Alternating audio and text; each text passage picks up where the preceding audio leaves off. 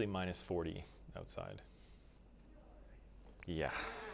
You know, back home once, I think the last winter it got like 0 or something, and people freaked out. It was like, oh my god, we're freezing. It got It's what? 0 Where? degrees. Zero, like Celsius?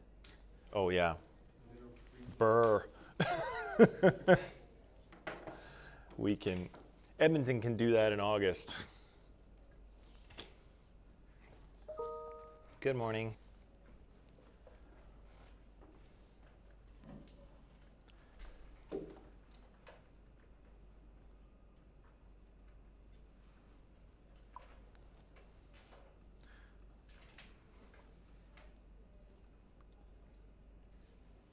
Okay, so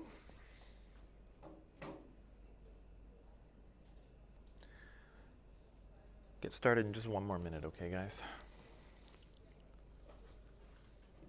Oh, I didn't have my glasses on. I thought you brought me a donut. But it's just a, is it a speaker or is it headphones? Okay. Thought it was a donut bee.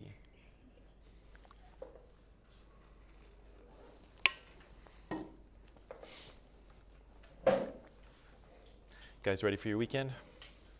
Yeah? You gonna do anything fun? Oh, boo. Huh? Sleeping? Sleeping and homework? What's that? That's not fun. No, that's not fun.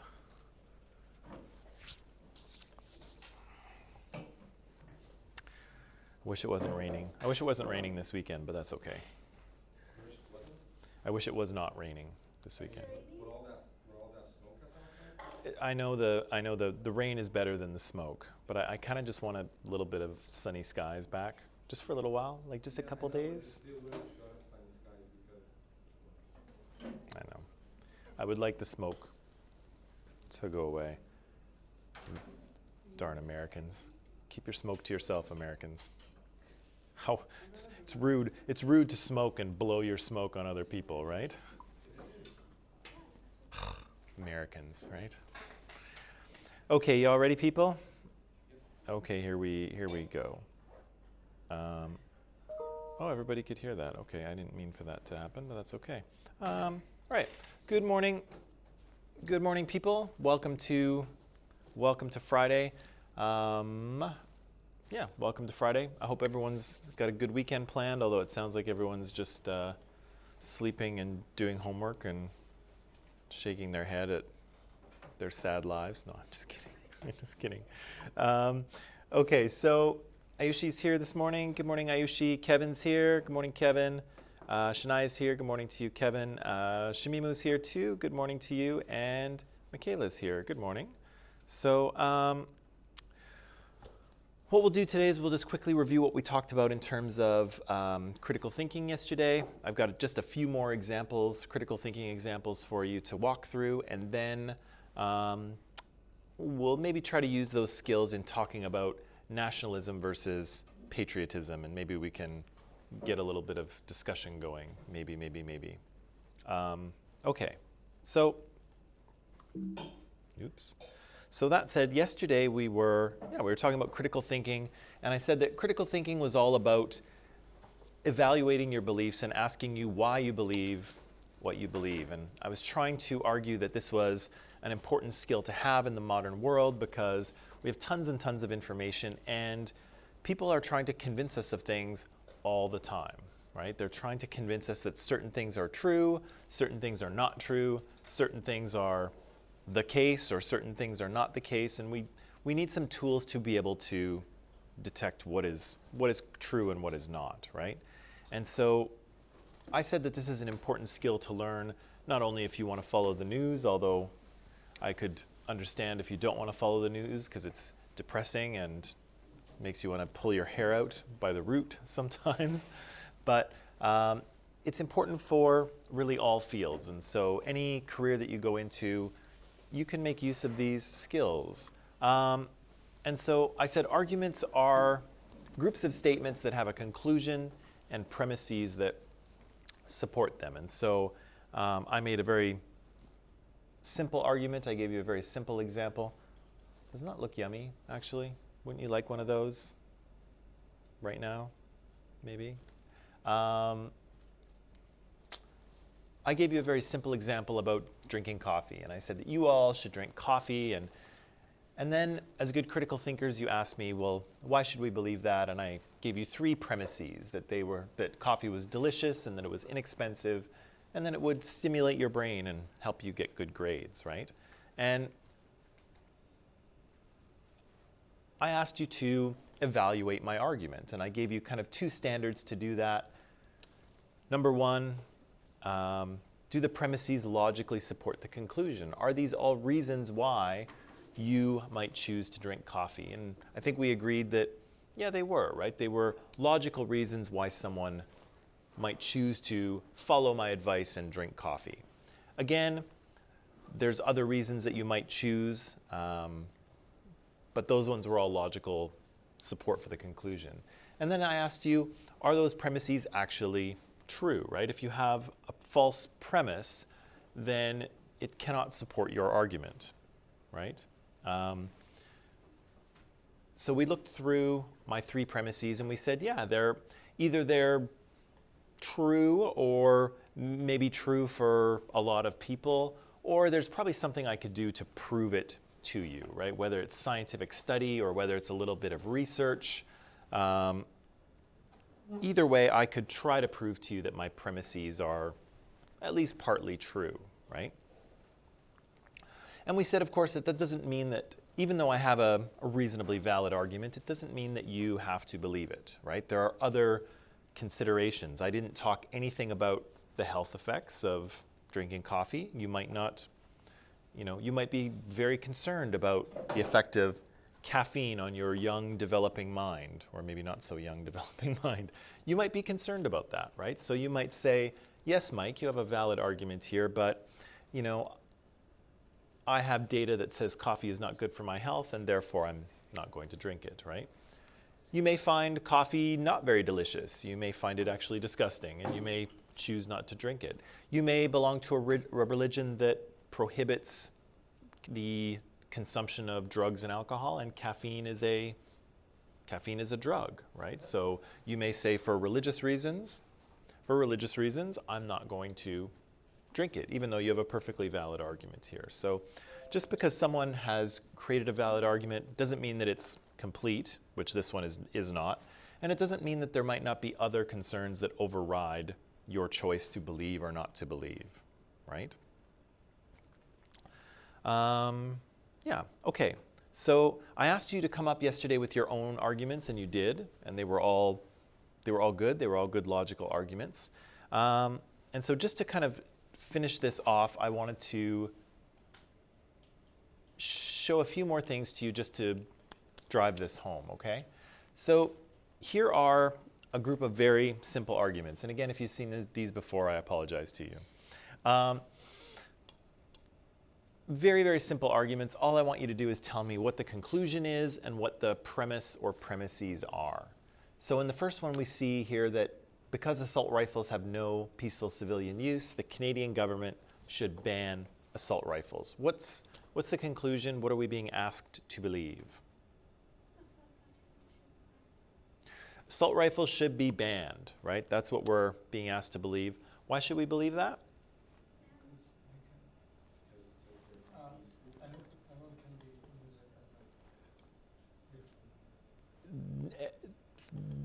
Say that again? Because they say it's not peaceful. Yeah, there's no peaceful civilian use, right? So civilians are non-military or non-enforcement or non-law enforcement personnel. There's no peaceful use for these guns that go brrrr, right, and shoot 1,000 bullets a minute or whatever they do. There's no peaceful use for that type of weapon, right? So therefore, the government should ban them, right? What's that? Do you need an assault rifle to defend yourself? If you're AK-47, I mean, you don't feel the conditions. Maybe you don't want to defend yourself against 1 or 2 people. This would be, this is a much bigger debate, and this argument is too simple to engage with that. You're right. There's certainly, any of these are too simple. There's more dimensions to that. Absolutely. I would still argue that, unless you have a SWAT team storming your house, you probably don't need one of these. And if you do have a SWAT team storming your house, you should just put your hands up and,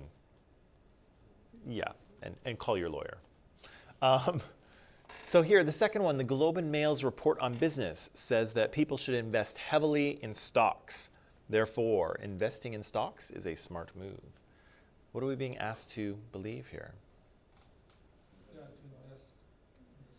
You should invest in stocks, right? That's what this is asking you to believe. Why on earth should you do that? Because you can earn a lot of money from investing. Maybe, but that's not part of the argument. It's a smart move. Because you should invest in stocks. Why? Because it's a smart move, and That it helps the economy. nope, because that's not part of the argument. You're filling in extra stuff. What's the other piece here? Right. So the Globe and Mail says that you should invest heavily in stocks, right? So, but there's something missing here, right? So you should invest in stocks. Why should you do such a thing? Well, because the Globe and Mail says that this is what you should do. But there's something missing, right? Because just because someone says that you should do something, that doesn't make it true, right? So there's kind of a missing premise here, right? There's the premise that's kind of hidden or implied is the idea that the Globe and Mail's report on business, that they actually know what they're talking about, right? So you kind of assume that they're an authority in financial matters in Canada. And if you don't know, the Globe and Mail is a national newspaper, so they write for all of Canada. I think they're actually pretty good. If you're looking for cross-Canadian news, I think they're a good source, but that's just me. Right, so you should invest in stocks. Why? Because the Globe and Mail says that you should. It's a smart move. And that the Globe and Mail is an authority in financial matters in Canada, right? Those are our two premises, although one is kind of hidden, right? We're kind of assuming it. What about 3? When Joseph takes the bus, he is always late. And today he's taking the bus today, so I'm sure he's going to be late. What are we being asked to believe here? Joseph is going to be late today, right? Why should we believe that? He's always late when he takes the bus, and today he is on the bus, right? Therefore, he will be late today, right? Again, it's a very simple argument, but it's useful to be able to sort of break down the pieces. Well, this is kind of happening anyway with COVID and closed theaters, but anyway, wow, this movie is on iTunes, but it was never even shown in theaters. It is not a good sign when a movie goes straight to iTunes without ever being shown in theaters. It must be pretty bad.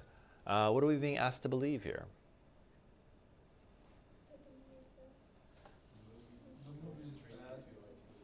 Movie's bad, right? This is a bad movie. Why should we believe that? Good morning.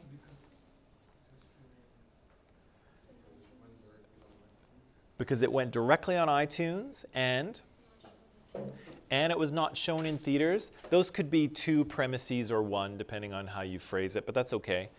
Was never shown in theaters, went right to iTunes, and what's the third premise?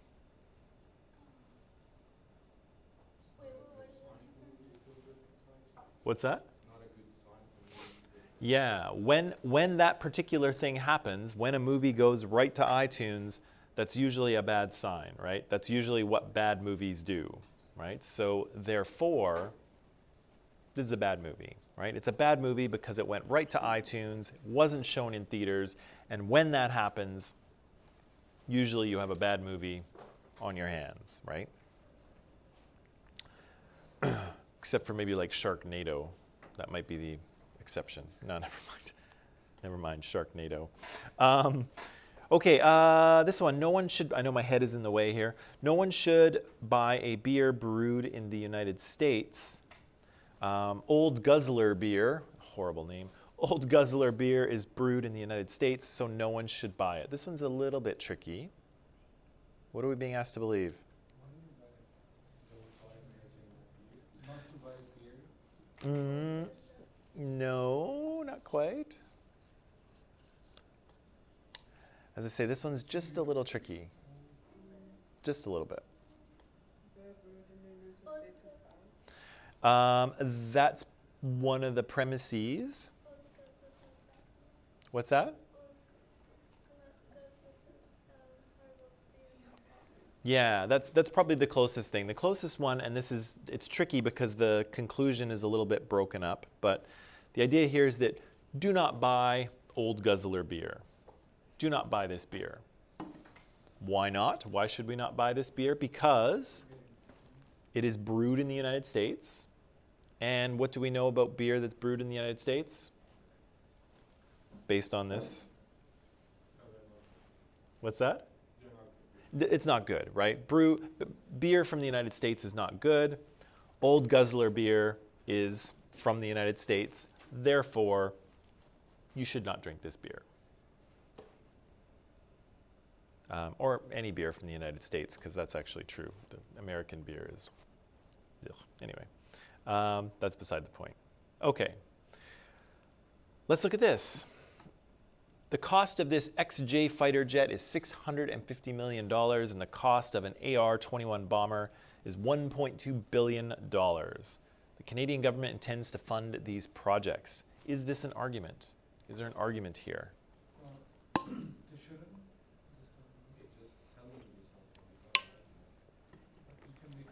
It's just telling you something. It's not. It's just telling you something. But how do you know it's not an argument? Because it's not trying to convince you to believe anything. It's just telling you this is the price of this is the price of this, and we're going to invest in it. Yeah, exactly. So arguments have something to prove to you. They're trying to convince you of something. Here, nothing. They're not trying to convince you of anything. We have three statements.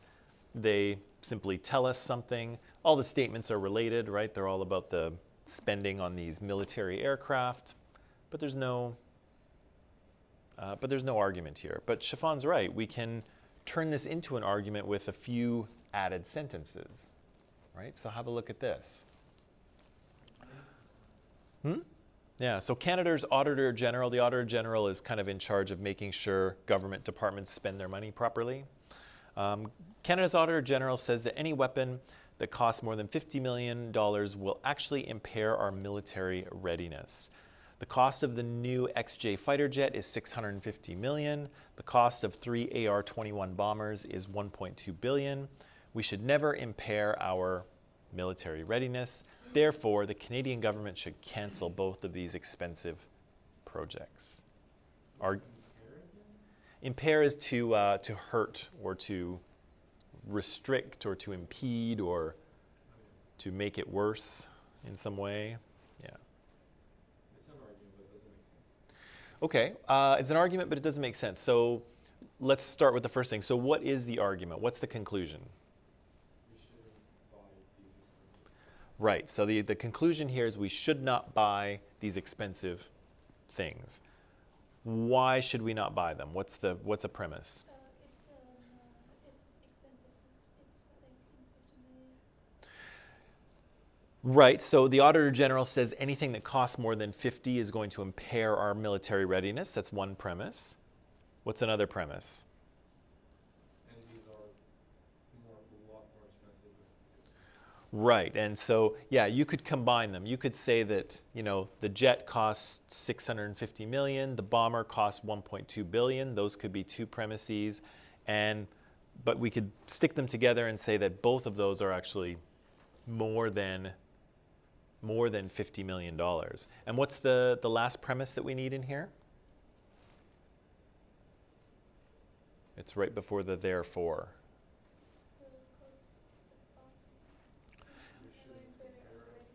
Yeah, so the Auditor General says that anything that costs more than $50 million will impair our military readiness. Both of those things cost more than that, and that's not something we want to do, right? We don't want to impair our military readiness. So there's our argument, right? And the conclusion is, therefore, we shouldn't do this. We shouldn't invest in these airplanes. But you were saying it doesn't make sense. Why doesn't it make sense? Well, because it's when you're buying new weaponry, and you're kind of making your military even more ready to, counter an attack or just attack something. Right. So kind of what's missing here is a little bit of explanation, right? So why does the Auditor General say that expensive weapons impair military readiness, right? Walk us through that line of reasoning, right? That's kind of what's missing, right? We don't understand why the Auditor General is saying what he's saying. And so in real life, of course, if this was a real argument, there would be an explanation, right? There would be an explanation in terms of why the Auditor General is saying what they're saying, because it's not intuitive, right? Some things in this argument are intuitive, right? 50 million is too expensive, and some of these products are more than 50 million, right? So that's intuitive. We can very clearly understand, what the conflict there is. But with the Auditor General's statement, it's not clear, right? We don't know exactly why the Auditor General is saying this. So you're right, we would need a little more background to understand what they're saying. Absolutely. What about this? So Alicia went to the bank to get a more recent bank statement of her checking account. If you're not familiar with this, 150,000 years ago, people used to actually have to go to the bank to figure out how much money they had in the bank, and they brought their little bank book and they stuck it in the machine, and the machine told them how much money they had. It printed it out. And then even before the machines, people had to actually go in and ask the teller how much money they had. Crazy. Yeah, it was horrible. It was a bleak world people lived in the past. This is an aside. Originally, this is what you had to do, because you would get paid. Let's say you got paid on Friday, right? And so you would check your bank balance and you would write it in your checkbook. And then you would write checks for things, right? So you would, you'd buy groceries and you'd pay your rent and things like that. But you'd have to keep track of every check that you wrote in your checkbook to make sure that you didn't run out of money in your bank account. Because if you did, then of course your checks would be refused, they would bounce, and then the bank would charge you a fee for bouncing a check, and then the person you were trying to pay wouldn't get paid, and they'd be angry at you too. So you actually had to keep track in your checkbook to make sure that you didn't spend all the money you had in your account. How many years ago? Julius Caesar's time? This is like ancient Roman Empire. No, this is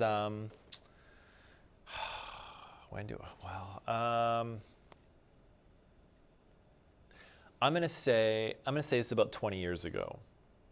20 years ago. 20. Yeah. So yeah, because the first thing that you would have been able to do is go online and log into your account and see how much money you had there. And so that's probably late 1990s when that was happening. And so, then of course you had smartphones after that, and then you had banking apps. And now of course you can see everything on your phone.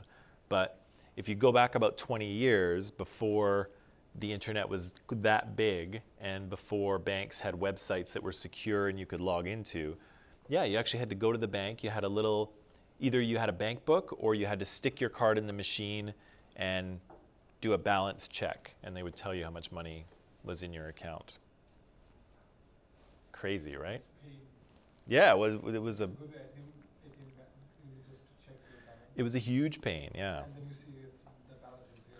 Well, and the other thing, of course, is that even before that, you had to keep track of things in your checkbook, right? You had to subtract things out and keep records to make sure that you didn't overspend. We don't have to do that anymore, but, huh? I know, right? What a horrible world that would be. Okay, but anyway, Alicia's living in the Stone Age here. So Alicia goes to the bank to see what her bank balance is in her checking account, and the teller tells her that her balance is $125. And Alicia is shocked that it is so low. She calls her brother to see if he's been playing a prank on her. He is not. Finally, she concludes that she is a victim of bank fraud. And so my question for you is this an argument?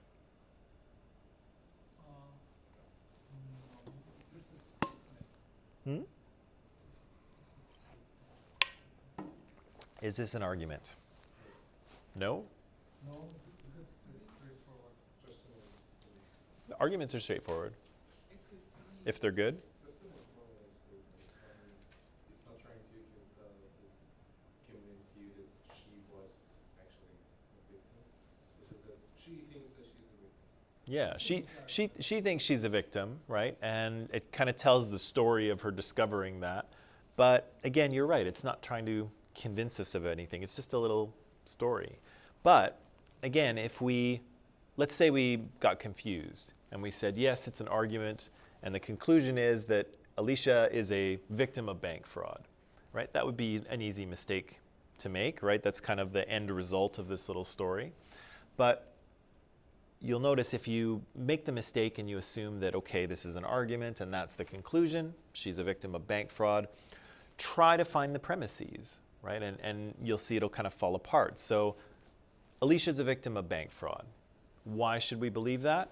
Well, let's see. Her balance is $125. Does that prove that she's a victim of bank fraud? No. Having $125 in your account is not evidence of bank fraud. She is shocked that her balance is so low. Is that evidence of bank fraud? No, I'm shocked at my balance all the time, right? I wish I was a victim of bank fraud, and then it would mean I actually should have more money, but I don't. So that's not evidence of bank fraud either. Her brother is not playing a prank on her. Is that evidence of bank fraud? No. So you can see if you kind of systematically go through it, it falls apart. Even if you thought you had an argument to begin with, you're like, no, there's nothing here. There's nothing is trying to be proved, right? This is just the story of her coming to her own conclusion that she's a victim of fraud, right? So yeah, you're right. It's just a little story. There's just a bunch of descriptive claims, but there's no argument here. And the last thing is, don't confuse an explanation with an argument, okay? And so explanations tell us why something happened, but again, like we said earlier, arguments have something to prove to you. So if I say that, Beatrice stole the money, 3 people saw her do it, versus, yes, Beatrice stole the money, but she needed the money to buy food, right? So the second one is just explaining what happened, right? Yeah, she stole it. I'm not trying to prove anything to you, but she did it because she needed money for food, right? As opposed to Beatrice stole the money and I'm going to prove it to you because 3 people saw her do it, right? So, sorry, Beatrice. So the first one is an argument. The second one is simply an explanation, okay? And the last thing I'll say before we move on here is remember not to confuse arguments with opinions, right? And so opinions don't have any premises attached to them, right? And so people might want you to believe what they believe, but if they don't give you a proper argument, then it's really difficult to think critically about it, right? And so you all should drink coffee. I think you guys should all drink coffee. If that's all I say, then okay, thanks, but so what, right? I have to convince you, right? I have to give you reasons. If I don't give you any reasons, then it's just my opinion, which is nice, I guess. I'm allowed to have that opinion, but I'm not giving you any reason to believe that, right? I'm not giving you any reasons to go along with what I say. And so, again, keep your eyes open for actual arguments that are circulating and people's, things that are just opinions and statements, right? And Twitter is really good for this because Twitter only has a certain number of characters. And so you get lots of opinions, but you get very few arguments because there's just not enough space. And so keep your eyes open and remember there's a distinction between, things that people believe and people sort of stating what they believe or giving their opinion and people actually providing a proper argument that you can evaluate. Okay? All right. Let's jump back to history, which is what we're supposed to be doing in here anyway. You okay, Amanda? You're right? Okay. So one of the big ideas of this course is the one on the left here, that nationalist movements can unite people or it can cause conflict. And so that's what I want to talk about for the next little bit. And so I showed you this slide yesterday in talking about what nationalism is and what a nation is. And so I said that a nation is a large group of people that have some sort of common characteristics between them. So language, ethnicity, culture, some sort of shared sense of history or some sort of idea that they are one people, right? That they are a group of people and they have solidarity. And often what's sort of baked into that idea of the nation is that the nation should have its own country with its own borders, and the nation should make decisions for itself, right? It shouldn't be under the control of anyone else. And in World War I, we saw that with the Serbs, right? We had a group of Serbian people with their own language and ethnicity and culture history, and they were under the control of Austria-Hungary, right? And they wanted out from under Austria-Hungary. They wanted their own country. They wanted to make their own decisions. And of course, that leads to the assassination of not the ostrich, but Franz Ferdinand, and then a huge world war, right? So nationalism is implicated in the beginning of the First World War, but it's also a very common idea in the modern world, the idea that a nation should have a state of its own. So this group of people with a common history and language should have a country of their own where they can make their own choices and chart their own course, right? And I contrasted this, or tried to contrast it with patriotism. So this is kind of a love or an attachment toward the country or the political community that you belong to. And so it's a little different from nationalism. Sometimes we use them, we switch these words around, right? We use them interchangeably, but again, they're not the same, right? The sort of attachment and love and pride you might have in your country is different from nationalism, right? So here's what I'd like you to do. Here's what I'd like you to do. I'd like you to do a little bit of thinking, a little bit of brainstorming. And what I want you to do is, do I have a slide on this? Yeah. I want you to come up with as many ideas as you can about either of these two things. So the question here is that, is nationalism a stabilizing or a destabilizing force? Does it make things in a country or in terms of within Europe or around the globe? Does nationalism help to stabilize things and make them sort of calm and stable and peaceful? Or is nationalism a destabilizing force? Is it a force that causes problems and chaos and uncertainty and conflict?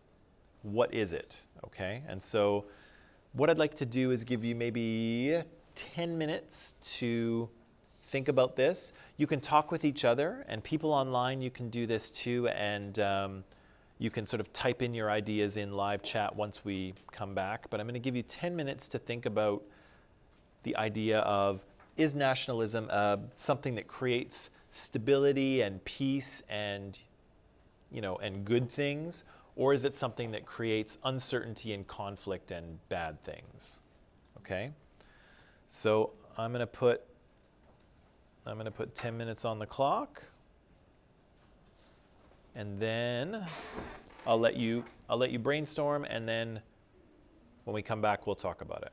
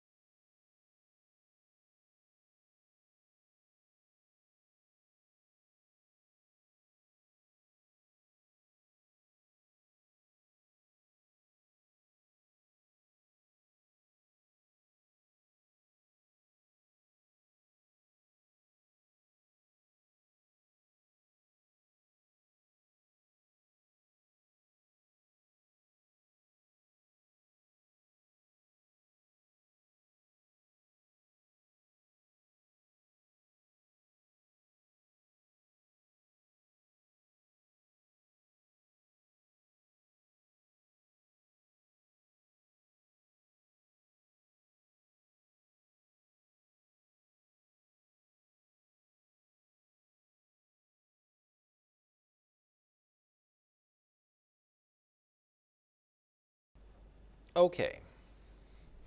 So we are back. I asked you, the question is, what is this nationalism thing? Is it stabilizing or destabilizing? Is it good or bad for countries or continents or the world? Is it useful? Is it not useful? How can we see this? And so maybe let's start with stabilizing. What did people say for stabilizing? Stabilizing what's going on inside a country. Okay, how so? So if you got a group of people who all think the same, want to do the same, and they want to do what's best for their, say, nation or for their country, so you see them all following the same thing and be basically united, and that's stability. Okay, so nationalism implies that the people you have in your state are kind of all belonging to one nation, right? One cultural linguistic group. And so if they have maybe similar ideas or similar values, which people in a culture do have, then maybe they'll agree on kind of the way forward and what kind of things the country should do and not do, right? So the idea of everyone in a nation being similar, that actually might be a stabilizing force, right? Everyone is kind of on the same page, if you will, right? Okay, that's good. Ayushi has a stabilizing force here. Allows the citizens to contribute to the country more faithfully. I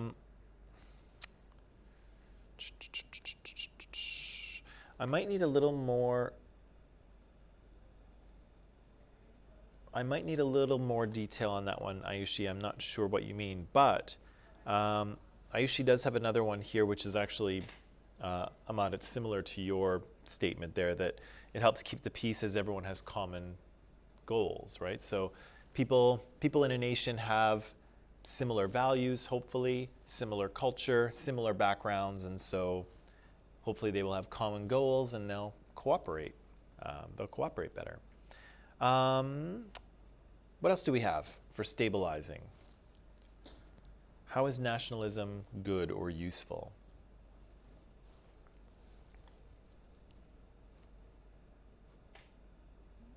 Amanda? It's basically what they already said. Uh-huh. What? That? Yeah, I just wrote furthers the agendas of the country in question. Say that one more time? Furthers the agendas of the country in question, because if they're not fighting, then they can work together. Okay. So if people are not fighting with each other, they can work together, right? And so the idea, I guess, again, is that a nation of people who are, share the same culture or religion or values will work together and not get into conflicts. It helps develop the country. Yeah, it can definitely help develop the country. In what way? I think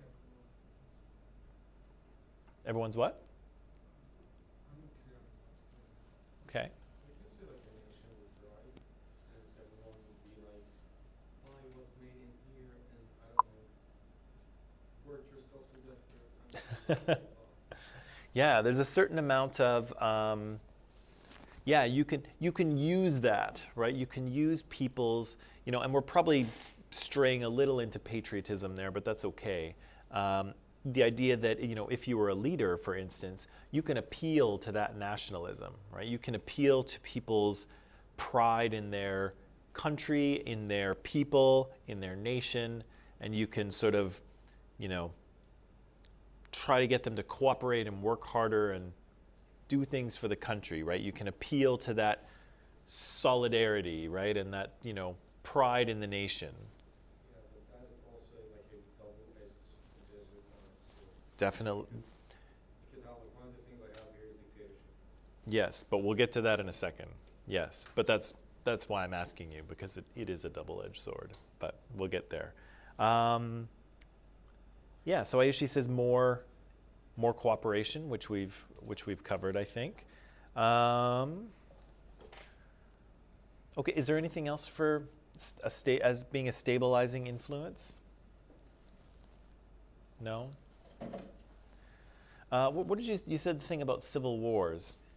Yes, we have some countries, for instance, some in the Middle East, like, for example, Syria, we have the country. when the people were united, they wanted something, and then the government was like, no, we're not going to give you that. And they pressed on, and the government pressed on, and next thing you know, they were fighting one another, and some countries backing up the rebels, some countries just backing up the government, and 8 years of civil war.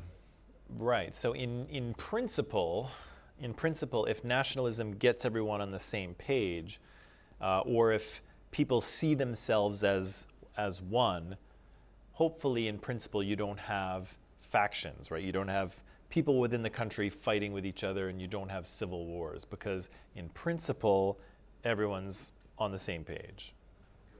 Yeah. Sometimes that doesn't work out in real life, but I guess in theory there's that possibility, right?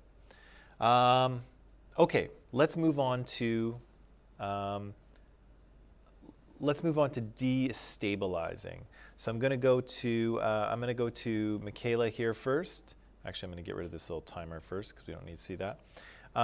So Michaela says, destabilizing force. There's a lot of things to consider before making a decision, and must align with the point of the religious sector, ethnic groups, and others. I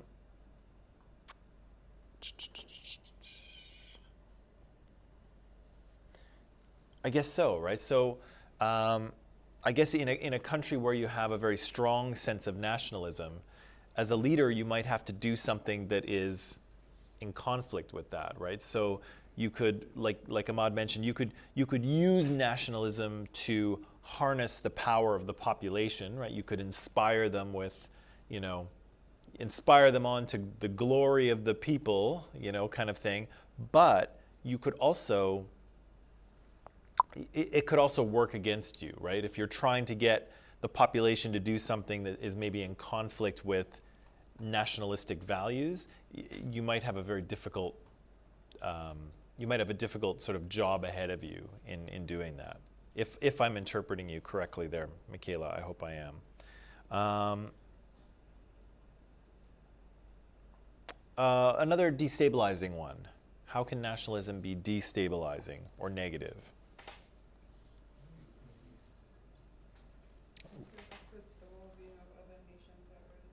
It puts the how so? Because if one nation is fully focused on self-improvement for their nation, even at the detriment of other countries.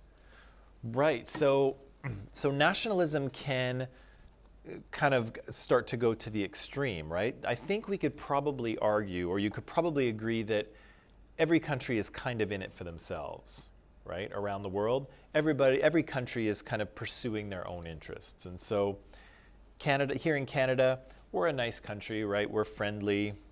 People tend to like us around the world more or less. But, we've hired Justin Trudeau, right? We've put him in the job of Prime Minister, and he's supposed to look after Canada's interests, right? He's supposed to do things that benefit us. He's not supposed to do things that benefit the US or Britain or China or anyone else, right? He's working for us, right? And so he's supposed to do things to advance our self-interests as Canadians, right? But again, that can go too far, right? Because other countries can actually be hurt and damaged in the process if your nationalism is, at an extreme level. Yeah, so that's good. Let's hear more about that. Actually, I'm going to go to, hang on 1 second. I'm going to go to Ayushi here. I want to make sure online people get a chance to speak, quote unquote. Causes more tension between people of different ethnicities and cultures. Yeah. So a nation is a group of people, and we said that, ideally nationalism says that the nation and the state are the same thing, right? So you've got this group of people of one ethnicity and culture, and they have a border around them, and there's nobody else in there. But is that really true of anywhere? No, right? Basically all countries today are and in the past, are multicultural. Germany doesn't just have Germans living in it. There are people of other languages and cultures and ethnicities, and so you might get tension and conflict between groups if if there are other people outside of the nation within the borders of the state. You know what I mean? Right, Shafan, you know what I mean? Yeah, so nationalism implies that the boundaries of the nation and the state are the same thing. And is that always true? No. Is that mostly not true? Yeah, right? Mostly we live in countries where a group of ethnically and culturally similar people don't just live in a state by themselves. There's other people living there too. And so Ayushi's right. You can have conflict between ethnic or religious or linguistic groups depending on where you draw the line around the nation, right? Who are the people who are in the nation and who are the people who are outside of it, right? Whoops. What else? Destabilizing. Can cause global conflict. Okay, how so? I want to do my pain where I benefit myself, and as you said, it could damage some other countries, and so no one wants to be damaged. And next thing you know, yeah, they're basically fighting one another. Right. So Maybe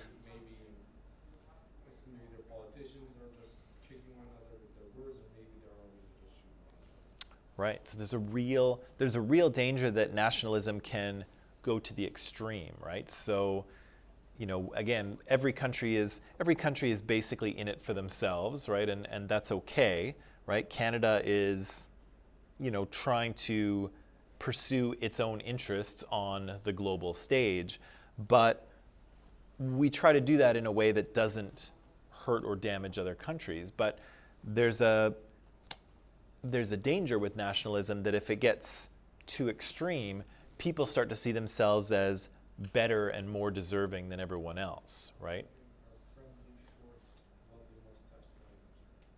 Yes, and so, yeah, spoiler alert, but that's exactly what happens in Germany, right? That sense of German nationalism starts to go to the extreme, and they start to see themselves as, or at least Hitler sees himself as, or sees the German people as superior to everyone else, and thus more deserving of land and power and resources and even the right to live, right? And so that nationalism, that feeling of, we are a linguistic, cultural, ethnic group, and we should, be together and working together, that can actually go to an extreme level, and it can be very damaging to really anyone who is outside of the nation, right? Anyone who doesn't belong to the nation. How else? How else can it be destabilizing? It's like global isolation. Should that be counted as destabilizing? Global isolation? Okay. In what way, sorry? Like you isolate yourself from the rest of the world. You're one shot of land and you have no contact with anyone else. Ah, okay. So your nationalism might lead you to isolate from other countries, right? To separate yourself and yeah, I think that's. I can't think of. Can you think of an example of that? It's possible, I suppose. What? There are a bit of dictatorship, but I mean, it had to have some kind of a nationalism before dictatorship. Maybe not right now. So. There's definitely a sense of nationalism in North Korea that is actively cultivated by Kim Jong-un, right? So that is definitely true. It is isolated from the rest of the world. Yeah, I think you could probably say that. There's some complicated things happening in North Korea, but I think that's reasonable to say. Amanda, what were you saying? I don't know what he said about North Korea. I was thinking of it in terms of the Korean War. In terms of what? The Korean War. 'Cause Right. then they were actually isolated. Right. And actually, the other thing that we could probably add to that is the idea that nationalism, that the story of North Korea and the feeling that they are one people and their relationship to the rest of the world is actually being used against them, right? Because they're cut off from the rest of the world by the North Korean government, and the North Korean government tells them a nationalistic story that is not true, right? That is false and misleading. And so in that case, nationalism is actually used against the people, right? So does it unify them? Absolutely. Does it allow them to continue to exist as a country as they do? Yes, it does. It works. But I would say it works more in the interests of Kim Jong-un than in the interests of the North Korean people. And again, people might disagree with me on that, but I would say that nationalism in that case is actually used against the people rather than for them. But Kim Jong-un is able to do that because he has cut his country off from all other information sources. And so the only information coming into North Korea comes through the government. And so they can manipulate nationalistic ideas and events to control the people, right? So yeah, and so that might be a bit of both. It's a very stabilizing force for the country, right? Because everybody's on the same page for the country, but for the people, they're kind of living a lie, right? And so. So again, if you take North Korea for an example, it's on a global scale, it's kind of stabilizing. You take North Korea and Donald Trump. Yeah, so on a global scale, it is destabilizing because Kim Jong-un is in a position that in order to maintain his power, yeah, one, he's using nationalism against his own people to gain control, and second, he uses destabilization of the world order in order to get what he wants, right? So every once in a while he threatens South Korea with a nuclear missile, or he threatens the US with a nuclear missile, and that plays into him being able to maintain his power in North Korea. So yeah, it's a destabilizing force globally. It's a stabilizing force internally, but it's kind of bad news for everyone, right? The way that nationalism is used by Kim Jong-un is a negative for all involved, except for him, of course. Maybe. Other destabilizing things, or stabilizing, or just things you want to say and you're not really sure where they fit. Things to do with nationalism or patriotism.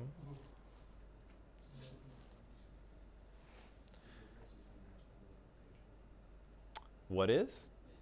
One has to do with the group of people that you're talking about. One has to do with the state, the political system that you live in. So let's say I'm patriotic, okay? Because I think Canada's a great country. Right? Canada's a great country. We have great freedoms here. The government is quite supportive and reasonably transparent, although, we constantly, are upset with them, but in the grand scheme of things, they're pretty good. But nationalism is something different. Nationalism says that that my group of people is what's important, right? The people that are like me. Here, let me show you. I'll show you this and then I'll give you a break, okay? What did I want to show you? Good. I had a few cartoons, and the cartoons they oversimplify things a little bit, but they might help you with the difference between them, right? So again, the cartoons are okay. So on the top here, notice that, again, pride in who you are, but the who you are is members of the country, right? So patriotism is that we're all Americans, we're all in this together. If you're in the country, that's all that matters, right? Whereas nationalism has to do with personal identity, whether it's cultural or ethnic or religious or racial. Nationalism has to do with a group of people, right? Whereas, and people that have a certain identity. Patriotism just has to do with the country itself. And so, again, I don't have any problem saying I'm patriotic because my version of loving Canada means that everyone who's in Canada is Canadian. And I'm good with that, right? I don't distinguish between people who, aren't Canadian enough or, don't fit my description of who Canadians should be or something like that. Why does his flag have frog? Pepe the Frog. Pepe was kind of co-opted by racists, and so originally he was just a French cartoon, I think, and then somebody borrowed him and made a meme out of him, and so he was saying racist things, and then Pepe became like this racist character, and he kept showing up in all kinds of memes, and so he kind of became a symbol of racism and racist people, even though he didn't start out that way. And so the original cartoonist who drew him is kind of like, hey, that's not who the character is, but he got, he went into a meme, and then he went viral, and then he became known for this kind of thing. So like if he's on the flag, is it like showing racism? Yeah, it's a symbol of someone who's being racist in this case. The frog is the. Yeah, but again, originally he was not supposed to be that. He was just a cartoon character, and he had nothing to do with anything racist, but he was borrowed by people who made memes, and then he became something else. Yeah, so the cartoon here says, patriotism is learning from history. Nationalism is about learning, or is about reinventing history. So the idea here is that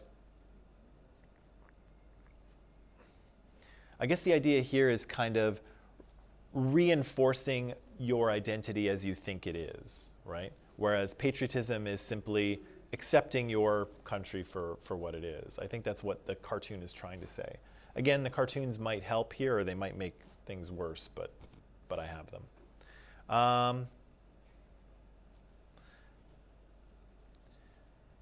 Yeah, so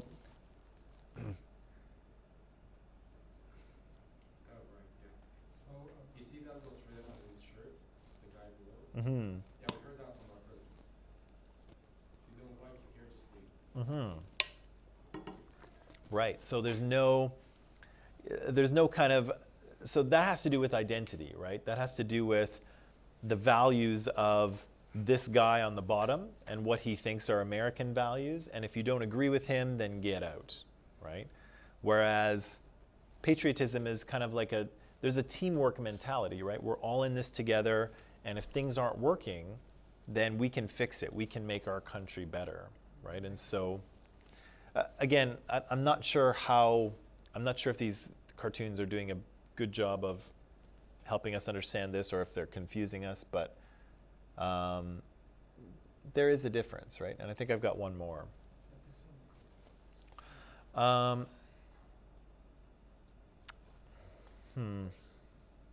Patriots fought the Nazis. Nationalists often are Nazis.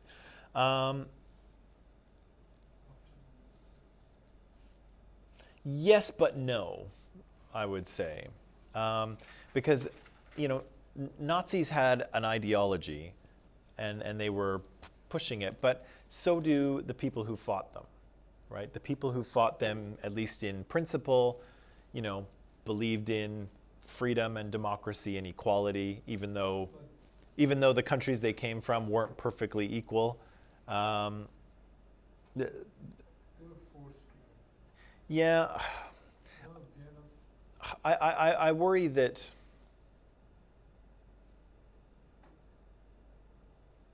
a theory of oppression, not a whole nation. I worry that the cartoons are kind of partly true, and they're a little bit funny, but they're not. Maybe they're not perfectly accurate. Yeah, but I'll tell you what. Let's take a little break because we've been working hard for a while here. take a break. We'll come back and we'll try to sum this all up, okay? Okay.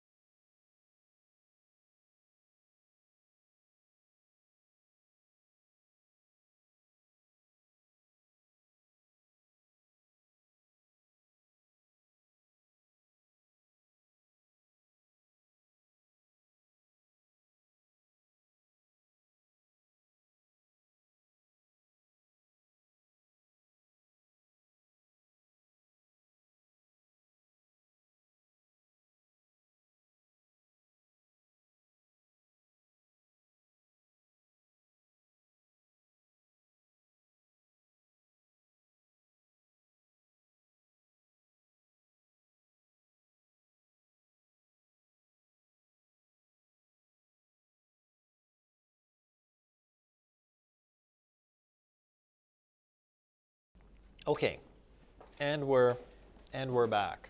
So what we were talking about before we got into these cartoons that I'm a little less convinced of than I originally was. Oh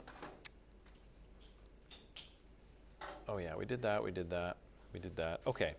We were looking at the question of whether nationalism is a stabilizing or destabilizing force. And Maud, as you pointed out, it's a bit of a double-edged sword, right? It has its usefulness and its benefits, but it also has a negative side to it as well. And so we've talked about a few of these things. We've talked about a few of these ideas. And this is what I would like you to do, okay?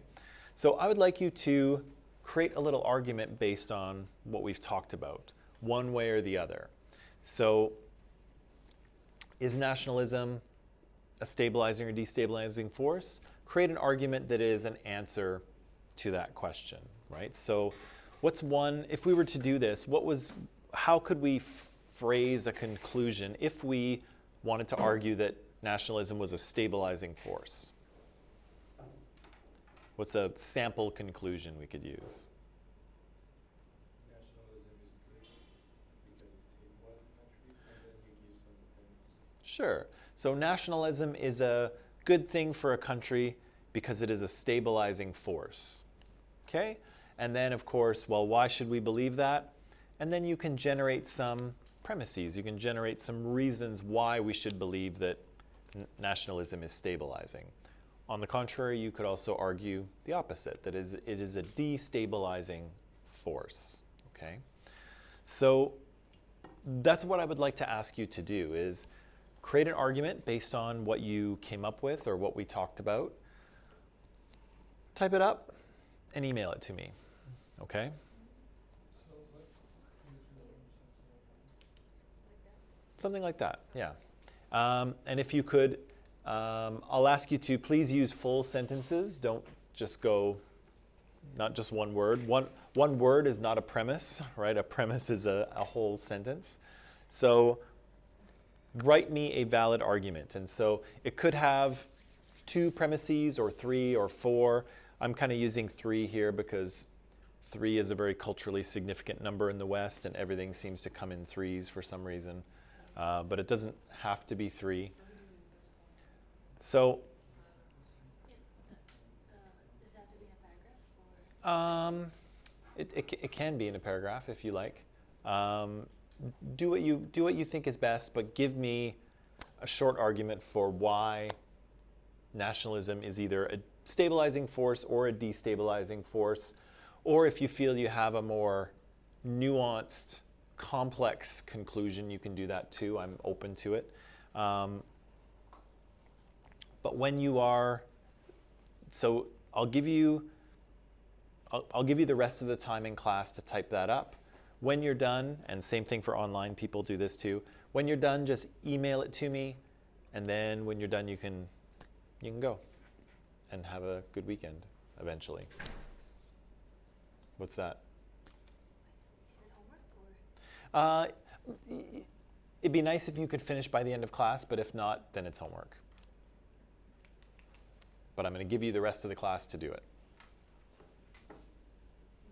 Is that okay? All right, because you had a little bit of a reaction, so I'm wondering what that was. No, But I was just confused. oh, okay. Always ask questions if you're confused. Sorry, Shafan, what'd you say? So do you have to give how many premises with one? I would like to see a few premises, like at least 2, maybe 3. If you have 4, that'd be quite good, but it's your argument. Yeah, so that's what I'll ask you to do. Online people, I'm going to sign off right now, and you can create your argument and email it to me. Yeah, so I can look at it. Otherwise, online people, have a good weekend. If you have questions, you can ask me in Microsoft Teams or by email, and I'll talk to you Monday. Okay, so bye.